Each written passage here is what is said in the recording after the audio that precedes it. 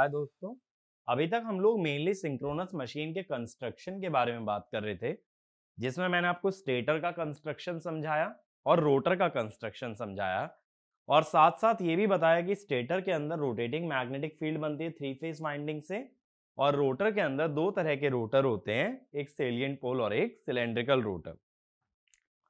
अब हम लोग अपना फोकस मशीन के अंदर के कॉन्सेप्ट्स पे जाते हैं, यानी कि मशीन की वर्किंग की तरफ बढ़ते हैं। तो वर्किंग में सबसे पहले मैं बात करने वाला हूं इंड्यूस्ड ईएमएफ की। अब देखो, भले ही हमने ट्रांसफॉर्मर पढ़ा, डीसी पढ़ा, हर एक में हमने जो पहला एक्सप्रेशन डिराइव किया वो इंड्यूस्ड ईएमएफ का था। सेम वे में हम लोग इंड्यूस्ड ईएमएफ निकालेंगे एक सिंक्रोनस मशीन के अंदर। अब देखो, सिंक्रोनस मशीन में जो ईएमएफ इंड्यूस होगा ये कहां पे होगा? ये होगा स्टेटर की वाइंडिंग के अंदर, यानी कि आर्मेचर के अंदर। और मैग्नेटिक फील्ड कौन बनाएगा? रोटर की वाइंडिंग, या ये कह दो फील्ड वाइंडिंग। तो अभी मैं क्या करता हूं कि देखो, मैं रोटर के पोल्स ले लेता हूं। मान लो जैसे सेलिएंट पोल रोटर दिखा देते हैं, दो ही पोल्स का दिखा देते हैं।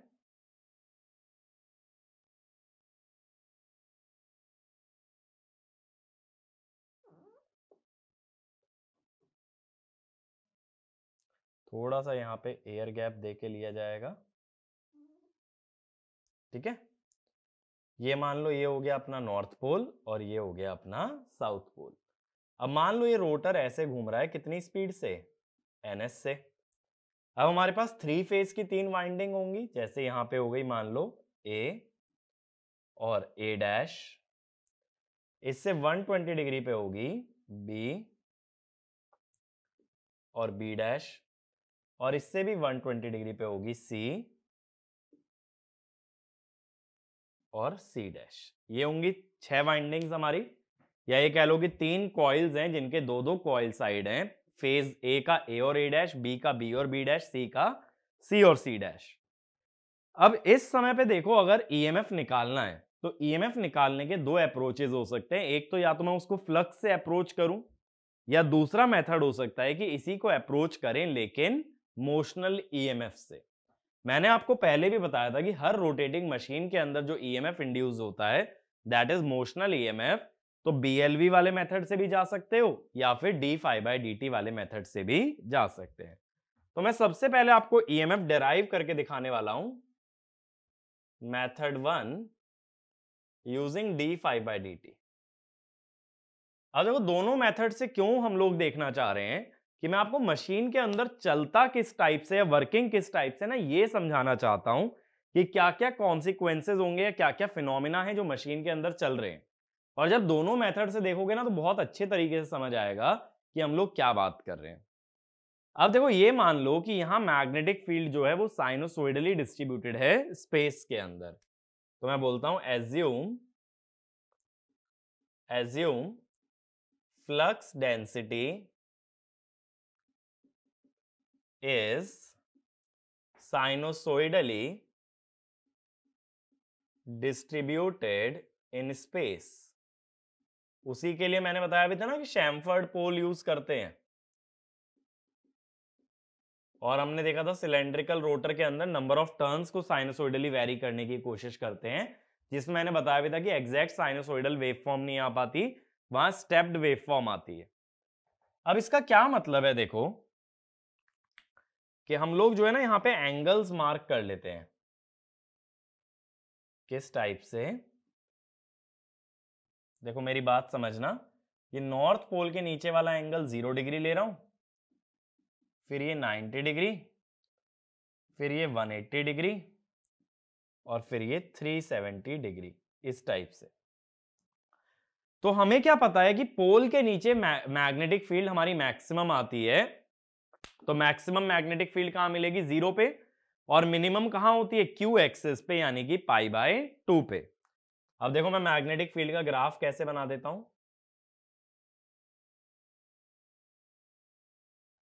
B versus theta. 0 यानी कि पोल के नीचे मैक्सिमम है, साइनोसॉइडली वेरी कर रही है। देखो, ये वाला हो गया नॉर्थ पोल, ये हो गया साउथ पोल। कितने एंगल पे? पाई एंगल पे, क्यू एक्सिस यानी कि पाई बाय 2 पे वैल्यू है 0, again Q axis 3 pi by 2 पे वैल्यू है 0। तो मैग्नेटिक फील्ड वेरी कर रही है ना इस टाइप से। साइनोसोइडल मान लिया। साइनोसोइडल किस एजम्पशन पे मान रहे हो, या तो शैम्फर्ड पोल्स ले रहे हो, या फिर अगर सिलेंड्रिकल रोटर मान के चलते हो तो नंबर ऑफ टर्न्स को साइनोसोइडली वेरी कराया गया है। ये आइडियल कंडीशन है। प्रैक्टिकली क्या होता है कि बी साइनोसोइडल नहीं होता, वो नॉन साइनोसोइडल वेवफॉर्म होते हैं, जिस कारण से उसके अंदर हार्मोनिक्स जनरेट होते हैं। बट वो सब बातें हम लोग आगे करेंगे। अभी के लिए क्या मान रहा हूं कि बी साइनोसोइडल और पोल्स के नीचे मैक्सिमम है और पोल्स के परपेंडिकुलर 0 है। ये हमें बी का वेवफॉर्म मिल गया। अब मैंने क्या बोला है, इस मेथड के अंदर मैं किस अप्रोच को फॉलो करने वाला हूं, मैं d phi by d t को अप्रोच करने वाला हूं, या d phi by d t approach को फॉलो करने वाला हूं। अब मैं कहता हूं कि मुझे एक पोल जितना एरिया कवर कर रहा है, देखो हमें ये पता है ना पोल पिच 180 डिग्री होती है, हम ये जानते हैं, डीसी मशीन में पढ़ा था कि pole pitch is 180 degree electrical. अब यहां तो दो ही पोल्स हैं, एक नॉर्थ एक साउथ, इसीलिए mechanical angle equal to electrical angle. तो एक पोल 180 डिग्री ऑक्यूपाई करेगा, जैसे साउथ है तो 90 से 270, और ये वाला नॉर्थ का एरिया हो गया, ये भी 180 डिग्री ऑक्यूपाई कर रहा है। अब अगर हमें फ्लक्स निकालना है पर पोल, देखो मैंने क्या बताया था, डीसी मशीन में भी जो फ्लक्स होता है वो फ्लक्स पर पोल होता है, क्योंकि एट अ टाइम एक कंडक्टर एक ही पोल के नीचे लाई करता है, तो हम किसकी बात करते हैं, फ्लक्स पर पोल। तो we have to determine flux per पोल।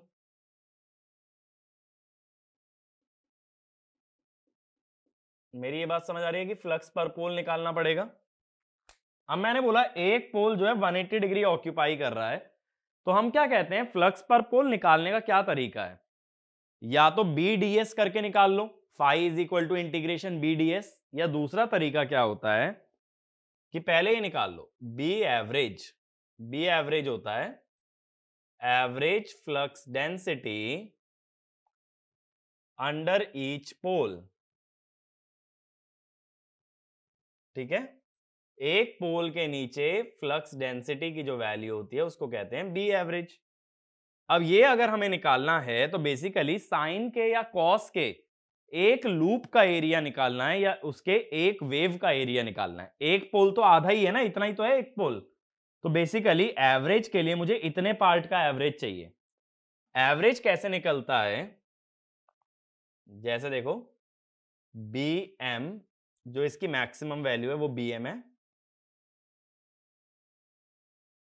जैसे B M cos theta d theta, south pole के लिए पाई बाय 2 से 3 पाई बाय 2 तक करोगे इंटीग्रेट,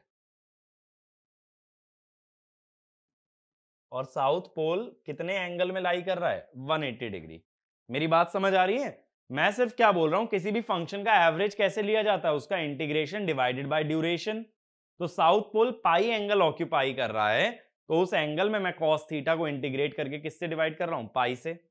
कॉस थीटा का integration sine theta, sine theta यानी sine 3 pi by 2 minus sine pi by 2। Sine 3 pi by 2 होगा -1, sign pi by 2 होगा 1। तो देखो नेगेटिव साइन क्या बता रहा है कि साउथ पोल की फ्लक्स डेंसिटी हमने नेगेटिव मानी हुई है और नॉर्थ पोल की पॉजिटिव मानी हुई है। बट हमें मैग्नीट्यूड से मतलब है, तो मैं ये लिख देता हूं कि बी एवरेज इज 2bm/पाई। मेरी बात समझ आई। सिर्फ मैंने मैग्नीट्यूड ले लिया, दैट इज 2bm/पाई। बात क्लियर है। तो एक पोल के नीचे जो फ्लक्स डेंसिटी है उसका इंटीग्रेशन डिवाइडेड बाय उसका ड्यूरेशन।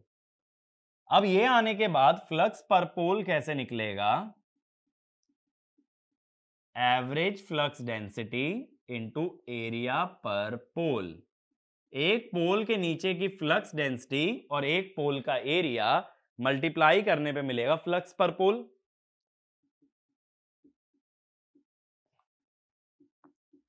अब देखो यहां से जो मैग्नेटिक फील्ड बनेगी हमारी पोल से, वो कैसे बनेगी, कुछ इस टाइप से बनेगी ना, नॉर्थ से बाहर निकलते हुए इस टाइप से। तो ये कौन से एरिया को कट कर रही है? ये इस वाले एरिया को कट कर रही है। अब ये वाला एरिया कैसे होगा? अगर ध्यान से सोचो, ये जो हमारा मशीन है ये सिलेंड्रिकल है, देखो इस टाइप से एक सिलेंडर है, मैग्नेटिक फील्ड ऐसे कट कर रही है रेडियली, तो कौन से एरिया को कट कर रही है एक्चुअल में? ध्यान से देखो, कर्व्ड सरफेस एरिया को। रेडियल डायरेक्शन जो होती है, हमेशा मैं यहां ड्रॉ भी करके दिखाता हूं, देखो अगर ये एक सिलेंडर है, ये एक सिलेंडर है, तो जो भी रेडियल मैग्नेटिक फील्ड होगी वो कौन से एरिया को कट करेगी? वो कट करेगी कर्व्ड सरफेस एरिया को। तो कर्व्ड सरफेस एरिया को कट करती है, तो कर्व्ड सरफेस एरिया कितना होता है सिलेंडर का?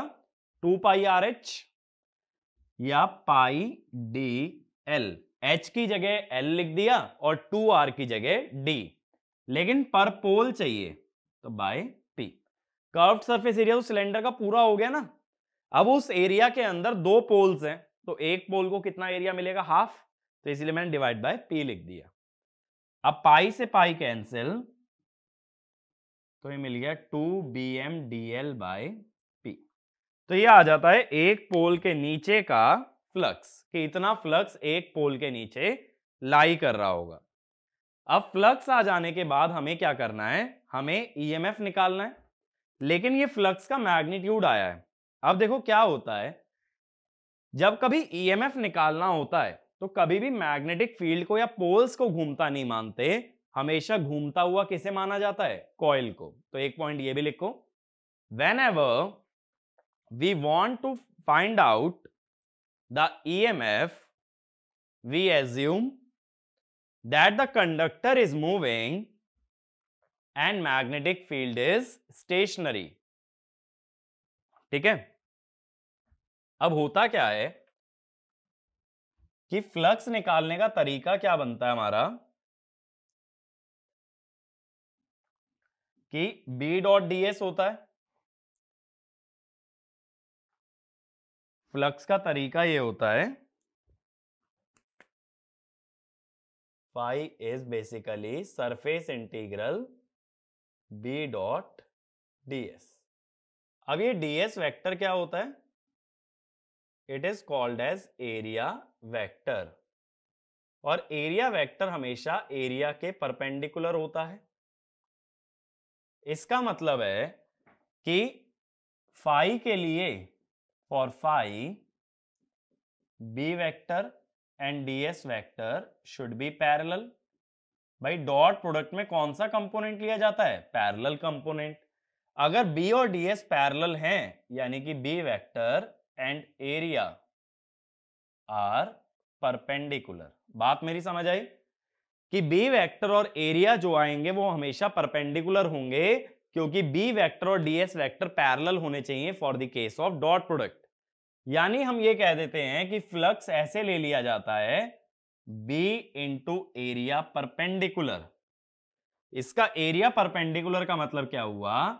Component of area perpendicular to B। बात समझे कि एरिया का वो कंपोनेंट ले लो जो मैग्नेटिक फ्लक्स डेंसिटी के परपेंडिकुलर है, और उससे हम लोग फ्लक्स पता लगा सकते हैं। ठीक है, या उल्टा भी कह देते हैं कई बार, B परपेंडिकुलर इंटू ए, यानी B का वो कंपोनेंट ले लो जो एरिया के परपेंडिकुलर है। अब अभी मैंने क्या एक चीज बताई, देखो ये तो फ्लक्स का बेसिक हो गया, इतना तुम्हें मालूम होना चाहिए कि B और एरिया परपेंडिकुलर होते हैं जब भी फ्लक्स निकालना है। अभी मैंने क्या चीज बताई कि जब कभी ईएमएफ निकाला जाए, कभी भी मैग्नेटिक पोल्स को रोटेटिंग मत मानो, रोटेटिंग किसे मानो? कॉइल को। अब अगर देखो मैं पोल पे खड़ा हो जाऊं, मेरा फ्रेम ऑफ रेफरेंस क्या हो जाए? पोल, तो मुझे पोल तो घूमता नजर नहीं आएगा, लेकिन मुझे कॉइल उल्टी घूमती नजर आएगी। जैसे देखो अभी अगर मैं मूव कर रहा हूं, तो मुझे तुम जो दिखोगे वो मुझे उल्टी डायरेक्शन में मूव करते हुए दिखोगे। जैसे अगर देखो मैं आगे जा रहा हूं, तो मुझे ऐसा दिखेगा कि ये जो बोर्ड है वो पीछे जा रहा है। सेम वे में अगर मैं इस रोटर पे खड़ा हूं, तो मुझे कॉइल दिखेगी उल्टी डायरेक्शन में मूव करती हुई, ओमेगा स्पीड से या एनएस स्पीड से। बस यूनिट अलग अलग है ना, ओमेगा की जो होगी रेडियन पर सेकंड होगी, एनएस की जो होगी आरपीएम होगी। बात मेरी समझ आई? अगर मैं फ्रेम ऑफ रेफरेंस रोटर को ले लूं तो मैं ये मान लूंगा कि कॉइल कितनी स्पीड से घूम रही है, ओमेगा से। ठीक है, अब देखो मैं क्या बोलता हूं कि अगर इनिशियली कॉइल जिस पोजीशन में थी मैंने वो दिखा रखी है, अब मैं कहता हूं टी टाइम में कॉइल कितना घूम गई होगी। देखो इनिशियली जो मेरी कॉइल थी ना वो कुछ इस टाइप से थी, ये किस टाइम पे थी, एट t इक्वल टू 0। या देखो और अच्छे से ड्रॉ कर लेते हैं,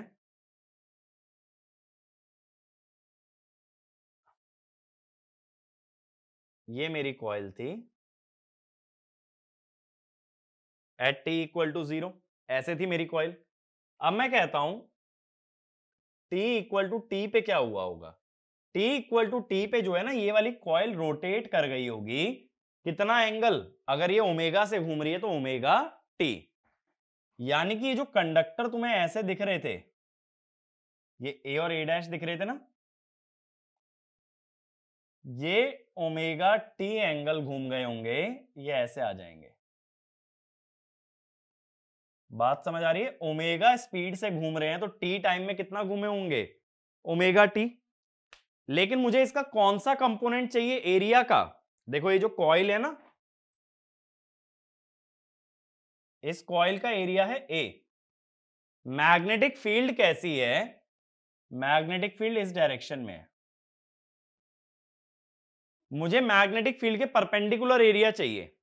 अगर ये एरिया ए है तो मैग्नेटिक फील्ड की डायरेक्शन में एरिया कितना होगा, ए कॉस ओमेगा टी, और मैग्नेटिक फील्ड के perpendicular A sign omega T.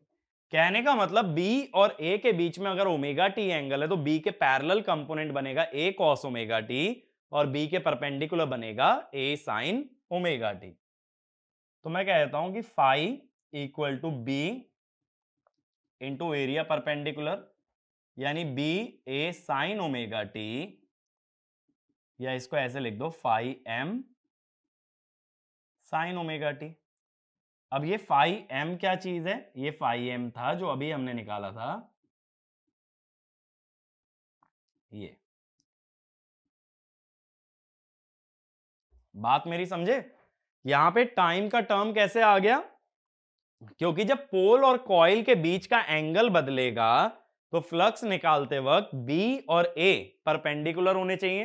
तो जब एरिया का परपेंडिकुलर कंपोनेंट लेते हैं तो उसमें आ जाता है साइन ओमेगा टी। ठीक है, ये बात क्लियर हुई। एक्चुअल में क्या है कि एक पोल के नीचे फ्लक्स उतना ही है, लेकिन कॉइल से कितना फ्लक्स पास होगा ये कॉइल की ओरिएंटेशन पे भी डिपेंड करता है, और समय के साथ जब ओरिएंटेशन बदलेगी तो फ्लक्स पास होने वाला भी बदल जाएगा। इसलिए एरिया का परपेंडिकुलर कंपोनेंट ले लिया। अब देखो यहां से अपना काम काफी आसान हो गया। अगर मेरे पास flux as a function of time आ चुका है तो मुझे ईएमएफ निकालने में कोई मेहनत नहीं लगेगी। मैं सीधा बोलूंगा EMF equal to, Lenz law अगर लगाएं, minus N D phi by D T. अब minus N D by D T of phi M sine omega T. ठीक है, तो देखो यहां से दो चीजें हो जाएंगी, minus n sine omega t d phi m by d t, और फिर minus n phi m omega cos omega t. ये बात क्लियर हुई। मैंने सिर्फ प्रोडक्ट रूल लगा दिया है, मैंने बोला है कि फाई एम का डेरिवेटिव ले लो टाइम के अगेंस्ट और साइन ओमेगा टी का ले लो। अब ये बात थोड़ी बेतुकी सी लग रही होगी यार कि फाई एम का डेरिवेटिव किस मतलब का, फाई एम की वैल्यू तो फिक्स थी। तो मैं यही बोलूंगा कि d phi m by d t is equal to 0 if bm is not a function of time. अगर bm टाइम पे डिपेंड ना करे तो फाई एम भी टाइम पे डिपेंड नहीं करेगा।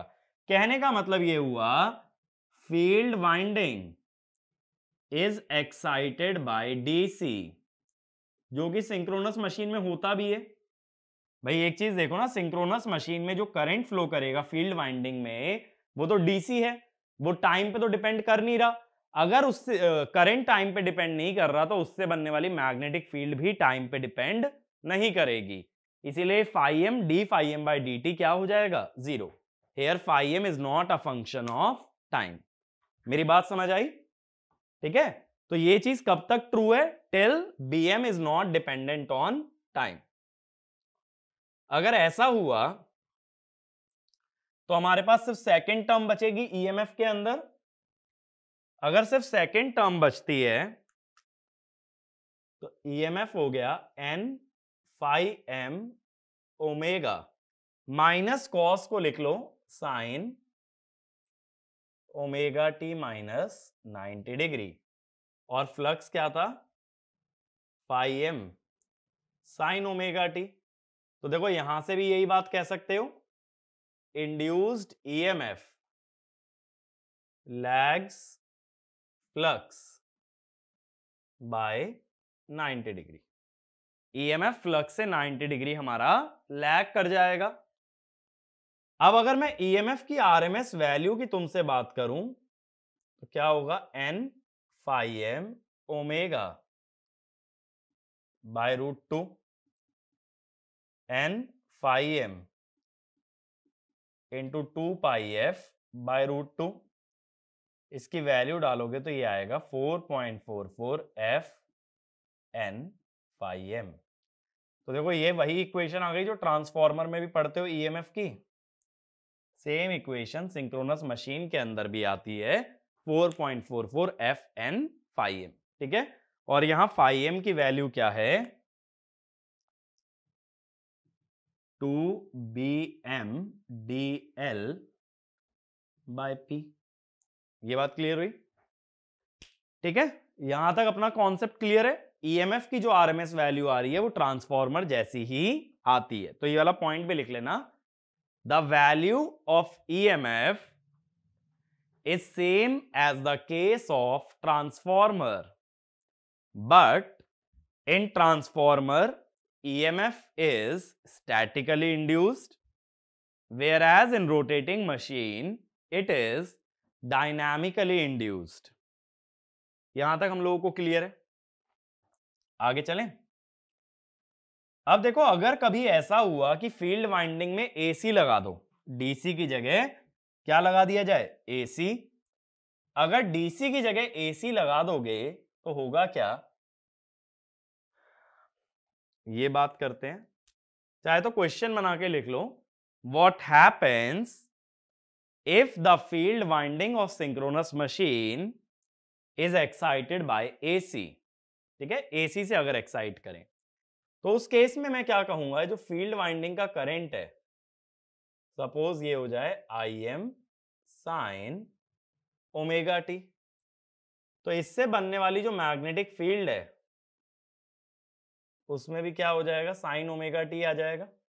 जब करंट जो मैग्नेटिक फील्ड बना रहा है खुद समय के साथ वेरी हो रहा है, तो करंट के वेरी होने से वेरी हो जाएगी मैग्नेटिक फील्ड, जिसका मतलब phi m is also proportional to sin omega t।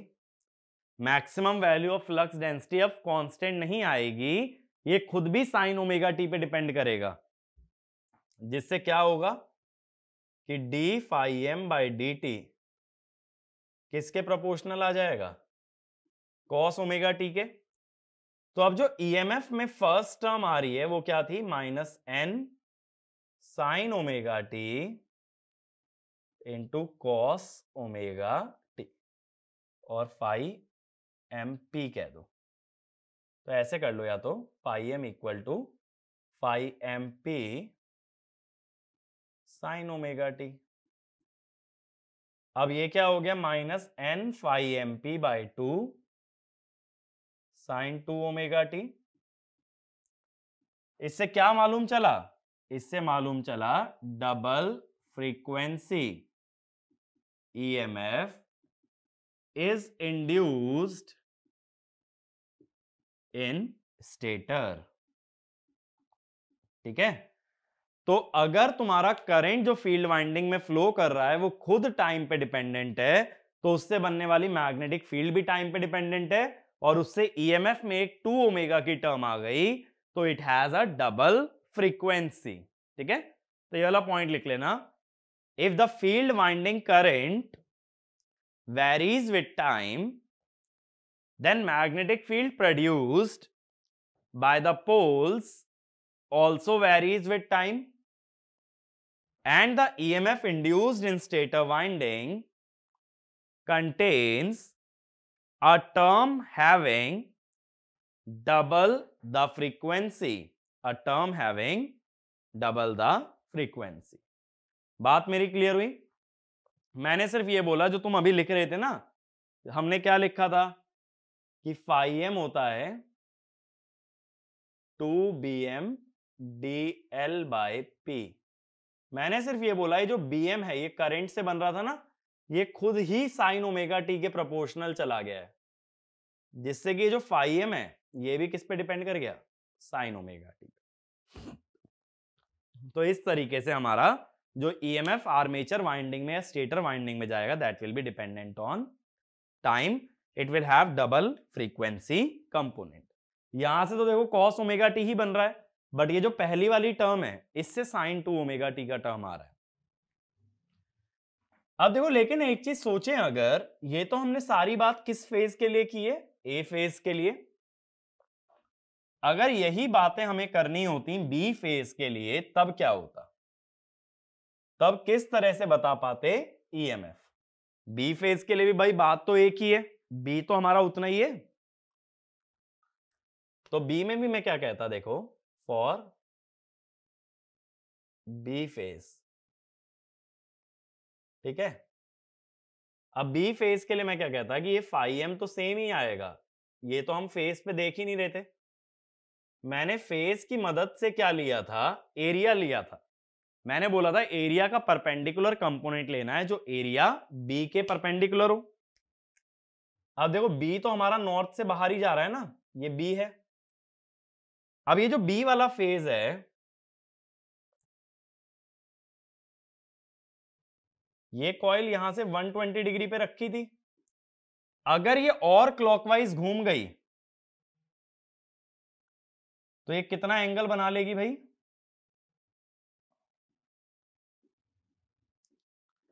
120 plus omega T, इतना एंगल बना लेगी ना। अगर ओमेगा टी घूम गई तो 120 प्लस ओमेगा टी बना लेगी। ठीक है, एक सेकेंड, हमें जो है ना यहां पे ये दिक्कत हो जाएगी। देखो यहां पे पहले रोटर ए पे है, उसके बाद घूम के सी पे जा रहा है, तो इसमें ना एक काम करना पड़ेगा, रोटर की ओरिएंटेशन को ना इधर लेना पड़ेगा। तो ये जो ओमेगा आएगा ये ओमेगा इधर आए। ठीक है, तो इसका मतलब ये है कि कॉइल उल्टा घूमे तो इस तरफ ना घूमते हुए ऊपर की तरफ जाए, थोड़ा सा इस तरह से आ जाए बी और बी डैश। कितना घूम जाए ये कॉइल, ओमेगा टी, जिसका मतलब है कि नेट एंगल कितना बचे, 120 माइनस ओमेगा टी। अब इसमें क्या होगा, अगर पैरेलल कंपोनेंट देखोगे तो sine sorry cos 120 minus omega t, और अगर परपेंडिकुलर देखोगे फ्लक्स को ऐसे तो लिखोगे बी इंटू ए परपेंडिकुलर, तो ये हो जाएगा बी इंटू ए साइन 120 माइनस ओमेगा टी। बात मेरी क्लियर हुई कि जो एंगल बना रहा है ना एरिया बी के साथ, वो कितना एंगल बना रहा है, देखो ये वाला पूरा एंगल था 120, ओमेगा टी घूमने के बाद बना रहा है 120 माइनस ओमेगा टी। तो परपेंडिकुलर कंपोनेंट किससे लोगे, साइन से, पैरेलल लेते हैं कॉस से, तो फाई हो गया phi M sine 120 minus omega T. ठीक है, अब जब ईएमएफ निकालोगे तो लिखोगे minus N D phi by d t. Phi m का डेरिवेटिव भूल जाओ, अगर इसका डेरिवेटिव लेते हो तो minus n into minus omega phi m cos 120 minus omega t, या फिर n omega phi m cos omega T minus 120। तो एक में cos ओमेगा टी आया, एक में cos ओमेगा टी माइनस 120 आया। सिमिलरली फॉर सी फेज के लिए क्या हो जाएगा?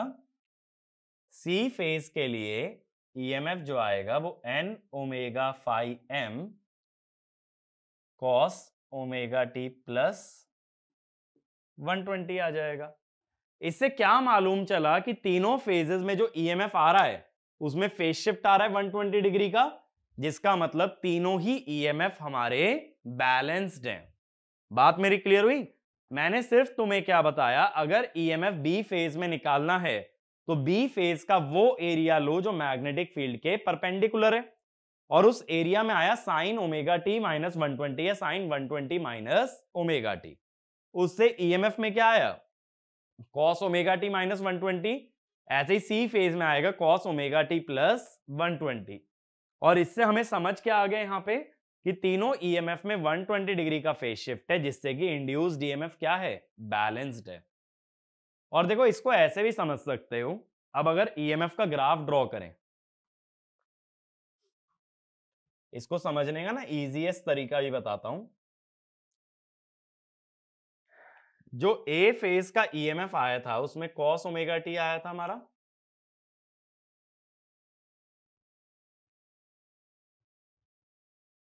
ए फेज वाले ईएमएफ में आया था cos ओमेगा टी। ये वाला कौन सा ईएमएफ था? ई ए। अब इसका क्या मतलब है कि इनिशियली ईएमएफ ए फेज में मैक्सिमम था। और क्यों मैक्सिमम था? क्योंकि पोल्स ए के अलोंग लाई कर रहे थे। अब इसका लॉजिक समझना क्या होता है। देखो ए वाली कॉइल कुछ इस तरह से बंधी हुई है, मेरे हाथ की तरफ ध्यान दो। ए वाली कॉइल ऐसे वर्टिकली बंधी हुई है। तो ये कॉइल कैसे रखी है? ऐसे रखी है, ठीक है, कॉइल ऐसे रखी है। मैग्नेटिक फील्ड भी वर्टिकल है, कॉइल भी ऐसे, मैग्नेटिक फील्ड भी वर्टिकल। मुझे बताओ फ्लक्स कितना है? अगर मेरी कॉइल वर्टिकल रहती है और मैग्नेटिक फील्ड भी वर्टिकल है तो फ्लक्स क्या है? कोई भी मैग्नेटिक फील्ड इस कॉइल से पास नहीं हो रही, तो फ्लक्स क्या होगा? जीरो। तो जब कभी पोल और कॉइल पैरेलल आ जाते हैं तो उनका फ्लक्स जीरो होता है। और हम ये जानते हैं EMF lags the flux by 90 degree. यानी अगर फ्लक्स साइन है तो ईएमएफ कॉस है, और फ्लक्स कॉस है तो ईएमएफ साइन है।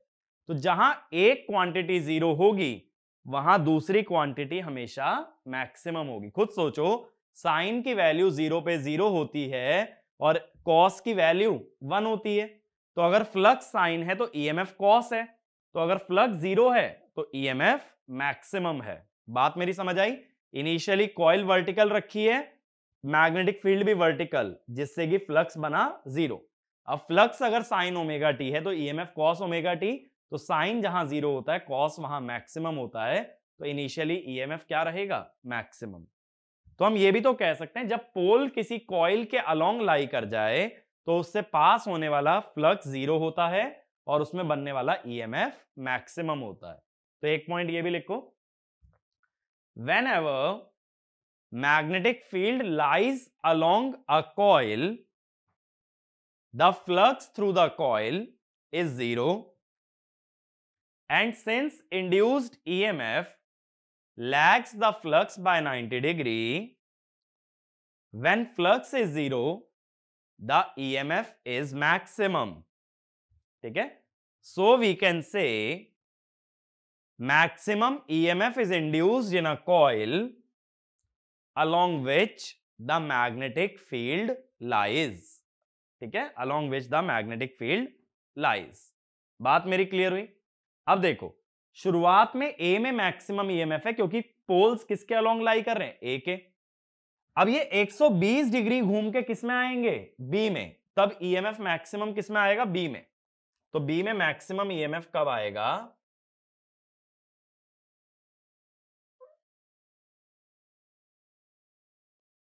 डी में मैक्सिमम ईएमएफ हमारा आएगा 120 डिग्री के बाद। बात मेरी समझ आई? मैंने बोला पोल्स अभी ए के अलोंग है तो ए में मैक्सिमम ईएमएफ, जब ये 120 डिग्री घूम जाएंगे तो मैक्सिमम ईएमएफ बी में आएगा। बी में मैक्सिमम ईएमएफ आता है 120 डिग्री के बाद। ये हो गया 90, 120। ठीक है, और फिर 90 210,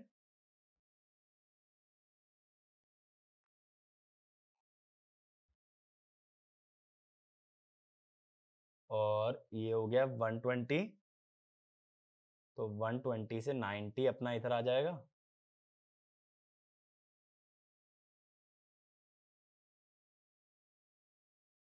ठीक है। इस तरह से ये ईएमएफ बी का बन गया, ये 120 डिग्री बाद मैक्सिमम आ रहा है, और 120 डिग्री घूम के पोल आ जाएगा सी पे, और जब पोल सी पे आ जाएगा तो सी में मैक्सिमम ईएमएफ बन जाएगा, तो और 120 डिग्री घूम के पोल आ जाएगा सी पे, तो सी में तब मैक्सिमम ईएमएफ बनेगा, ठीक है।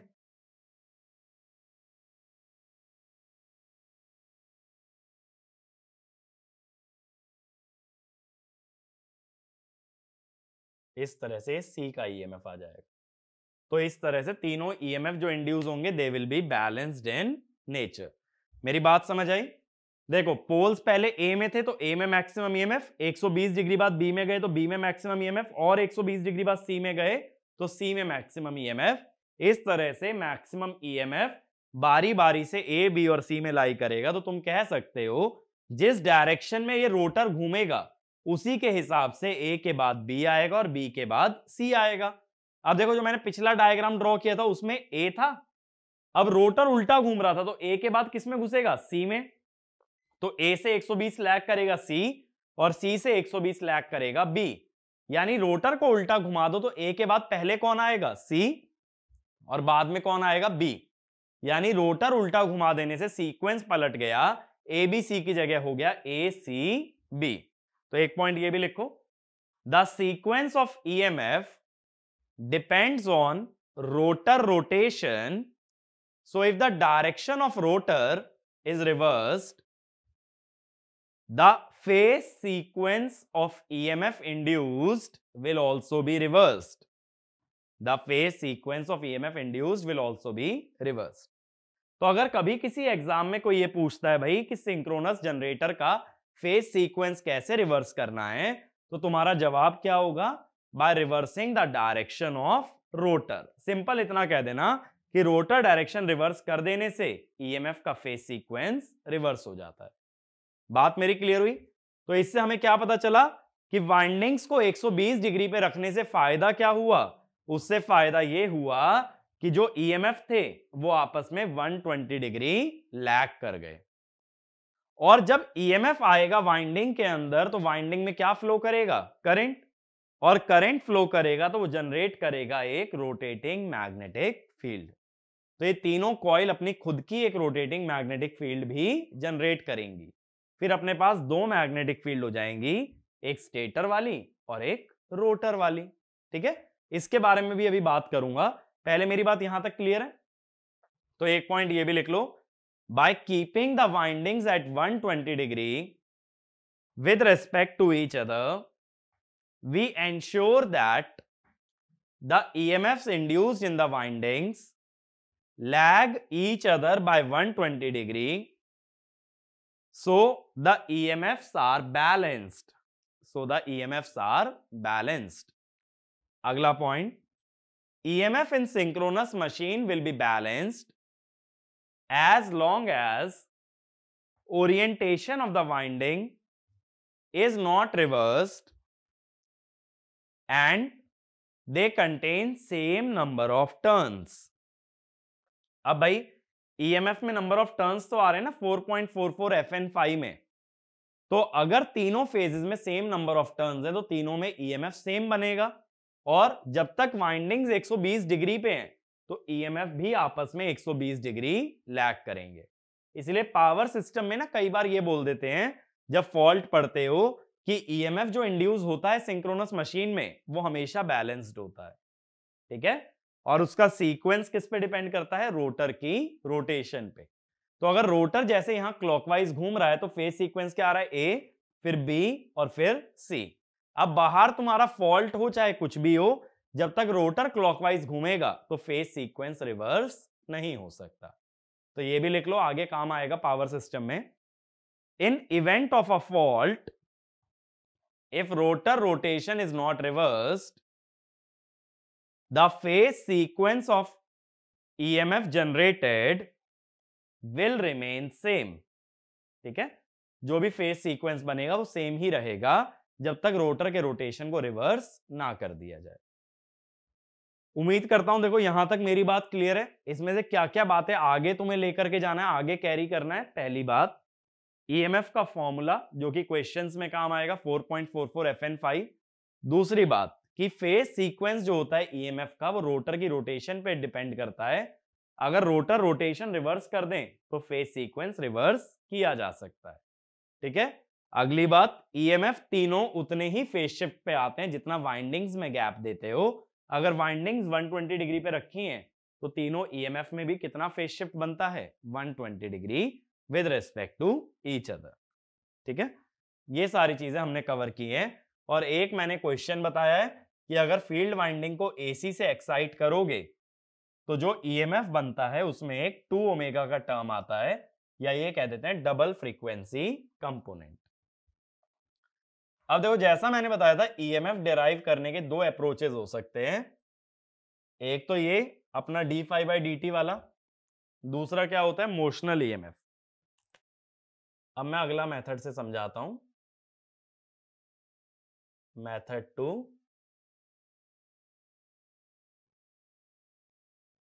Motional EMF. ठीक है, तो हमारा जो मोशनल ईएमएफ से भी रिजल्ट आना चाहिए वो आना तो सेम ही चाहिए ना, भले ही हम लोग d∅dt से जाएं या फिर BLV से जाते। अगेन देखो बात वही रहेगी कि पोल्स को स्टेशनरी मान के घुमाना किसे पड़ेगा, कॉइल को। अब हमने ये माना था कि जो मैग्नेटिक फील्ड है इसका डिस्ट्रीब्यूशन कैसा है, साइनसोइडल माना था।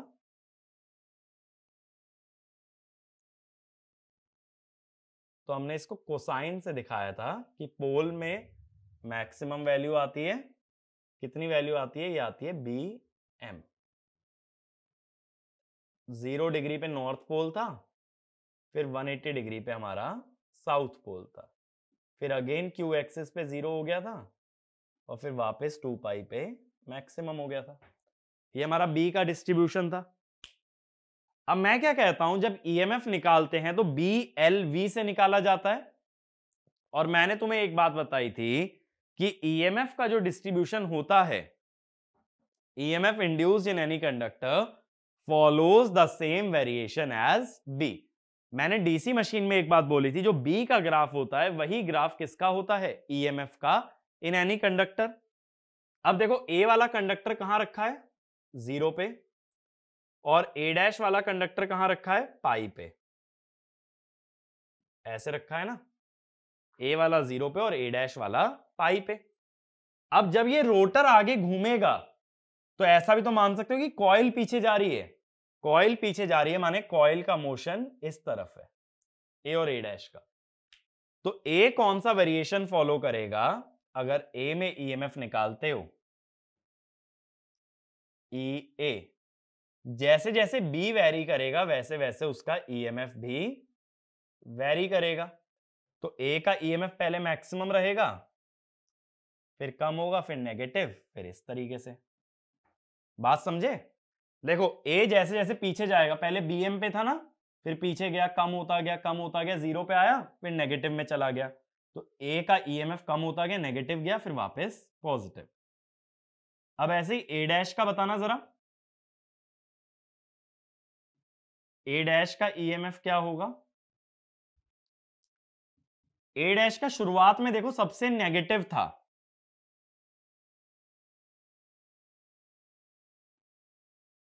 A' शुरुआत में कहां पे था, साउथ पोल में था ना।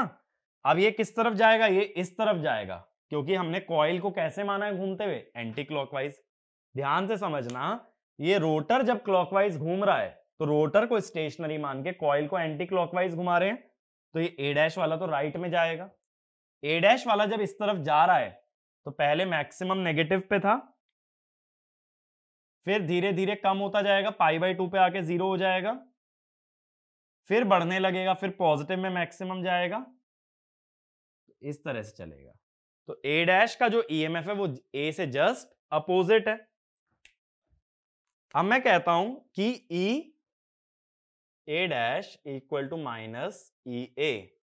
तो अगर एक कॉइल का ईएमएफ निकालना है तो दोनों के ईएमएफ का डिफरेंस लोगे तो ये twice the EMF in each coil side आ जाएगा।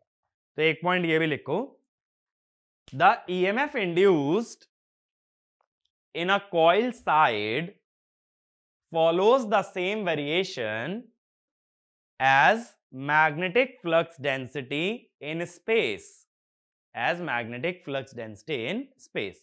सीधी सी बात है भाई, किसी भी कंडक्टर में किसी भी कॉइल साइड में कितना ईएमएफ बनेगा, BLV। तो जैसे जैसे ट्रैवल करते हुए B बदलेगा वैसे वैसे उसमें बनने वाला ईएमएफ भी बदलेगा। शुरू में B मैक्सिमम तो ईएमएफ मैक्सिमम, फिर B घटने लगा तो ईएमएफ घटने लगा, फिर B नेगेटिव हो गया तो ईएमएफ नेगेटिव हो गया। ऐसे इस कंडक्टर के पॉइंट ऑफ व्यू से देखो, पहले नेगेटिव में मैक्सिमम था तो ईएमएफ नेगेटिव में मैक्सिमम। अब B जो है धीरे धीरे जीरो की तरफ जा रहा है क्योंकि ये कंडक्टर जो है ना लेफ्ट चल रहे हैं। लेफ्ट कैसे बोल रहा हूं देखो, थीटा मैंने ऐसे लिया है ना क्लॉकवाइज, कंडक्टर चल रहे हैं एंटी क्लॉकवाइज। तो थीटा अगर आगे जा रहा है तो कंडक्टर चल रहे हैं पीछे। तो मैंने बोला पहले नेगेटिव में मैक्सिमम था, फिर घटते घटते जीरो पे आया, फिर पॉजिटिव में मैक्सिमम गया। तो कोई भी कॉइल साइड का ईएमएफ जो है बी वाले वेरिएशन को ही फॉलो करता है। अगला पॉइंट लिखना, the EMF induced in a coil is double the EMF of each coil side, is double the EMF of each coil side। अब हम ये जानते हैं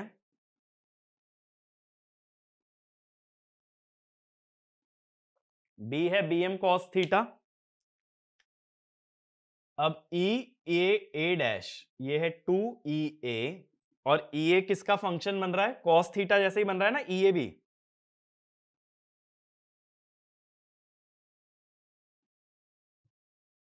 लेकिन किसके अगेंस्ट है ये, ओमेगा टी के। थीटा नहीं लिखोगे, इसमें क्या लिखना पड़ेगा, ओमेगा टी। अब मेरी बात को समझना, मैंने सिर्फ क्या किया है, मैंने बोला है ईएमएफ होता है, मोशनल ईएमएफ होता है BLV। B जो है BM cos थीटा था, इंटू LV कर दिया। बट ईएमएफ में थीटा नहीं आता, ईएमएफ में क्या आता है, ओमेगा टी, तो ओमेगा टी लगा दिया। लेकिन अब यह भी ध्यान रखना कि एक कॉइल में n टर्न्स होते हैं तो इसको n से मल्टीप्लाई करें। BLV जो होता है ना वो ईएमएफ एक कंडक्टर का होता है, बट जब ऐसे n टर्न्स आ जाएंगे तो किससे मल्टीप्लाई करोगे, n से। तो एक पॉइंट ये भी लिख लो, BLV represents EMF of each turn, sorry, EMF of each conductor. So we have to consider a factor of n, where n is the number of turns in a coil, n is the number of turns in a coil। अब देखो क्या होगा, 2BMLVN cos omega t. अब ये V क्या है, ये velocity है, लेकिन वेलोसिटी मुझे किस में पता है, आरपीएम में पता है या रेडियन पर सेकंड में पता है अगर, तो मैं क्या करता हूं, ये वेलोसिटी ना मुझे मैकेनिकल में लानी है। अब मैं कहता हूं वेलोसिटी क्या होती है, R इंटू ओमेगा होती है।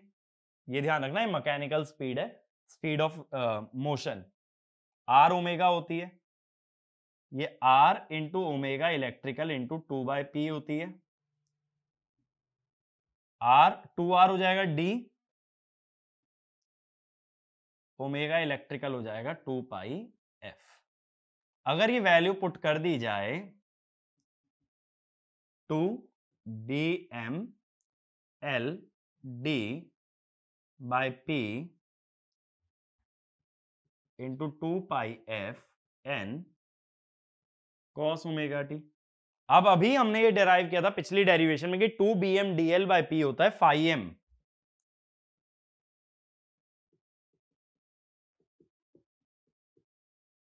ठीक है, अब अगर ईएमएफ की आरएमएस वैल्यू चाहिए तो इसको √2 से डिवाइड करोगे, सेम आ जाएगा। तो सेम एक्सप्रेशन हम मोशनल ईएमएफ से भी डिराइव कर सकते थे। मोशनल ईएमएफ में लेकिन देखो ध्यान रखने वाली बात क्या है, अगर तुम बी का वेरिएशन प्लॉट कर चुके हो थीटा के अगेंस्ट, तो तुम क्या बोलोगे कि जब कंडक्टर या कॉइल साइड मूव करती है तो जैसा जैसा वेरिएशन वो बी में देखती है वैसा ही वेरिएशन उसके अंदर बनने वाले ईएमएफ में भी आता है। ठीक है, वैसा ही वेरिएशन अगर ईएमएफ में भी आएगा तो ईएमएफ लिखा जाता है बीएलवी। तो बी का जो वेरिएशन थीटा के अगेंस्ट है सेम वेरिएशन ईएमएफ का आता है, लेकिन किसके अगेंस्ट? ओमेगा टी के अगेंस्ट। तो ईएमएफ की इक्वेशन हमें याद रखनी है 4.44 एफ एन फाई, और क्या याद रखना है कि कॉइल्स को 120 डिग्री पे रखने से ईएमएफ में भी 120 डिग्री का शिफ्ट आता है। और चाहो तो देखो यहां अदर कॉइल्स भी दिखा सकते हो, जैसे बी है, बी डैश इससे 180 डिग्री बाद होगी यानी 300, ये बी डैश है। सी वाली 240 पे आएगी सी, और सी डैश वाली कितने पे आ जाएगी? 60 पे आ जाएगी सी डैश। तो हर कॉइल पीछे की तरफ मूव कर रही होगी, उसके हिसाब से बी का ग्राफ अगर शुरू से ट्रेस कर लोगे तो हर कॉइल का ईएमएफ बना सकते हो। मेरी बात क्लियर है? लेकिन जो कॉइल जहां से शुरू हो रही है वहीं से बी को ट्रेस करना स्टार्ट करोगे। जैसे ए वाली मैक्सिमम पे थी फिर पीछे गई तो मैंने ये वाला कर्व ट्रेस किया, ए डैश वाली नीचे थी पीछे गई तो मैंने ये वाला कर्व ट्रेस किया। तो ए में तो देखो मैक्सिमम से शुरू हुआ और ए डैश में नेगेटिव मैक्सिमम से। ऐसे ही देखो अगर बी में शुरू होगा तो नेगेटिव से शुरू करोगे और किस तरफ जाओगे? लेफ्ट में। सी में शुरू करोगे तो यहां से शुरू करोगे और किस तरफ जाओगे? लेफ्ट में। तो किसी भी कॉइल का ईएमएफ या किसी भी कॉइल साइड का ईएमएफ बनाना है तो जो वेरिएशन बी का चल रहा है सेम वेरिएशन किस में चलता है? ईएमएफ के अंदर। मेरी बात क्लियर है? इसीलिए हम बोल देते हैं अगर फ्लक्स डेंसिटी साइनोसॉइडल होगी तभी ईएमएफ भी साइनोसॉइडल हो सकता है। तो अगर मैं इस लेक्चर को समराइज करता हूं, हमने क्या क्या सीखा? ईएमएफ की वैल्यू आती है 4.44 एफ एन फाई, ठीक है, ये हमारा ईएमएफ आता है। इसके बाद हमने ये देखा कि तीनों कॉइल्स को 120 डिग्री पे रखने से उनके ईएमएफ में भी कितना शिफ्ट आता है, दैट इज 120 डिग्री। इसके अलावा हमने क्या देखा कि जो हमारा रोटर है उसको हम स्टेशनरी मानते हैं और कॉइल्स को रोटेटिंग मान करके फिर ईएमएफ डिराइव किया जाता है। इसके अलावा मैंने बताया कि जो फेज सीक्वेंस आएगा ईएमएफ का वो डिपेंड करता है रोटर की रोटेशन पे। अगर ये एक डायरेक्शन में घूमता है तो पॉजिटिव सीक्वेंस बनता है और उल्टा घूमता है तो नेगेटिव सीक्वेंस बनता है। तो that is entirely dependent on rotor rotation. फिर मैंने बताया कोई फॉल्ट भी आ जाने से जब तक रोटर रोटेशन रिवर्स नहीं करोगे तब तक फेज सीक्वेंस रिवर्स नहीं होता, और ईएमएफ सिंक्रोनस मशीन में हमेशा ही बैलेंस बनता है, दैट इज नेवर अनबैलेंस्ड। तो ये सारे पॉइंट्स हमें याद रहने चाहिए when we are talking about synchronous machine. ठीक है, तो अब मैंने सिंक्रोनस मशीन के अंदर क्या बताया कि जनरेटर में ईएमएफ कैसे इंड्यूस होता है। अच्छा देखो, इसके बाद में एक बात और तुम्हें बताने वाला था जो कि था स्टेटर की मैग्नेटिक फील्ड के बारे में। अब एक चीज समझो, रोटर के जो पोल्स है ना वो फिक्स है। पोल्स फिक्स है माने उसके अंदर डीसी करंट फ्लो कर रहा है, तो रोटर की मैग्नेटिक फील्ड बदल नहीं सकती है। खुद समझो, अगर रोटर की मैग्नेटिक फील्ड इधर नॉर्थ है इधर साउथ है तो नॉर्थ और साउथ फिक्स हैं। ऐसा नहीं हो सकता ये साउथ हो जाए और ये नॉर्थ हो जाए, क्योंकि इसके अंदर करंट कांस्टेंट फ्लो कर रहा है। तो रोटर का जो मैग्नेटिक फील्ड है वो तब घूमता है जब रोटर खुद घूमे। एक परमानेंट मैग्नेट ले आओ, जैसे मान लो ये परमानेंट मैग्नेट है तो इसकी मैग्नेटिक फील्ड चेंज थोड़ी हो सकती है। इसकी मैग्नेटिक फील्ड रोटेट तब करेगी जब ये मैग्नेट खुद रोटेट करे। तो इंपॉर्टेंट पॉइंट्स करके लिख लेना, the magnetic field of rotor cannot rotate until the rotor itself rotates. Rotor को ऐसा मानो एक परमानेंट मैग्नेट है, तो रोटर की मैग्नेटिक फील्ड तभी घूम सकती है जब रोटर खुद घूमे। ठीक है, अगला point, as the rotor rotates it cuts the stator conductors and induces an EMF which is balanced in three-phase stator winding। बात क्लियर हुई? रोटर जब घूमेगा पहले ए में मैक्सिमम आया था फिर बी में फिर सी में, तो ये बैलेंस्ड ईएमएफ बना देगा। Next point, if the stator supplies a load, this EMF causes balanced currents in stator winding. तो अगर लोड कनेक्टेड होगा वाइंडिंग से तो ईएमएफ आने से करंट भी बनेगा।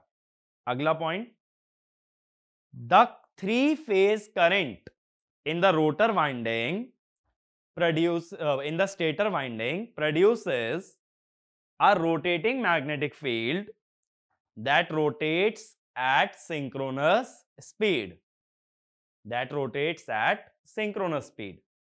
तो अब स्टेटर में जो मैग्नेटिक फील्ड बन रही है स्टेटर के करंट की वजह से, वो कितनी स्पीड से घूम रही है? ns से। और रोटर की मैग्नेटिक फील्ड तब घूमेगी जब रोटर खुद घूमे। तो अगला पॉइंट लिखना, for torque production both magnetic field should be stationary with respect to each other and hence both must rotate at same speed. So stator and rotor magnetic field should rotate at synchronous speed, and for that the rotor should also rotate at synchronous speed. भाई rotor की magnetic field तभी घूमेगी जब rotor घूमे। तो rotor की magnetic field को अगर ns से घूमना है तो रोटर को भी कितने से घूमना पड़ेगा? ns से। तो ये कंडीशन आती है और इसीलिए इस मशीन को सिंक्रोनस कहते हैं, क्योंकि यहां रोटर और मैग्नेटिक फील्ड साथ साथ घूमते हैं, दोनों की स्पीड सेम होती है। तो तुम समझ सकते हो इंडक्शन मशीन या एसिंक्रोनस मशीन में क्या होगा कि मैग्नेटिक फील्ड और रोटर एक साथ नहीं घूमेंगे, ठीक है, दोनों अलग अलग स्पीड से घूमेंगे। तो एसिंक्रोनस मैग्नेटिक फील्ड और रोटर एक साथ घूमते हैं तो सिंक्रोनस। बात क्लियर हुई? रोटर एक परमानेंट मैग्नेट की तरह बिहेव करेगा जिसके पोल्स चेंज नहीं हो सकते, तो उसकी मैग्नेटिक फील्ड तभी घूमेगी जब ये रोटर घूमे। और स्टेटर की मैग्नेटिक फील्ड कितने से घूम रही है? ns से, इसीलिए रोटर को भी ns से घूमना पड़ेगा, तभी उसकी मैग्नेटिक फील्ड ns से घूम पाएगी। ठीक है, तो ये एक जनरेटर की वर्किंग होती है, जो कि मैंने तुम्हें समझाया कि कैसे पहले पोल्स आते हैं, इसको घुमाते हैं जिससे ईएमएफ बनता है, उससे करंट बनता है, करंट से इसकी मैग्नेटिक फील्ड बनती है स्टेटर की, जो कितनी स्पीड से घूमती है? ns। और उसको कैच करने के लिए रोटर भी कितनी स्पीड से घूमता है? ns। तभी स्टेटर और रोटर की मैग्नेटिक फील्ड सेम स्पीड पे घूमते हैं। ठीक है, न्यूमेरिकल पॉइंट ऑफ व्यू से बस एक फॉर्मूला इंपॉर्टेंट है 4.44 FN5, इसको भी आगे चल के मॉडिफाई करेंगे और कंसेप्चुअल पॉइंट ऑफ व्यू से हमने काफी सारे पॉइंट डिस्कस कर लिए for the case of synchronous generator. ठीक है, तो आगे भी अभी हम आने वाले लेक्चर्स में इंड्यूस्ड ईएमएफ की ही बात करेंगे, बट अलग अलग केसेस को लेकर के, जैसे शॉर्ट पिचिंग, डिस्ट्रीब्यूटेड, ये सारी वाइंडिंग्स को कंसीडर करके। इस लेक्चर के लिए इतना ही। इसमें जो चीजें क्लियर नहीं हुई हैं तो इस लेक्चर को भले ही मल्टीपल टाइम्स देखो, लेकिन उन चीजों को समझना जरूरी है अगर मशीन्स की नॉलेज गेन करना चाहते हो कि कैसे ये मशीन काम कर रही है, कैसे सिंक्रोनस में ईएमएफ बन रहा है। ये चीजें समझ लोगे तो सिंक्रोनस का ये वाला कॉन्सेप्ट बहुत अच्छे से क्लियर हो जाएगा। बाकी बातें नेक्स्ट वीडियो में। Thank you.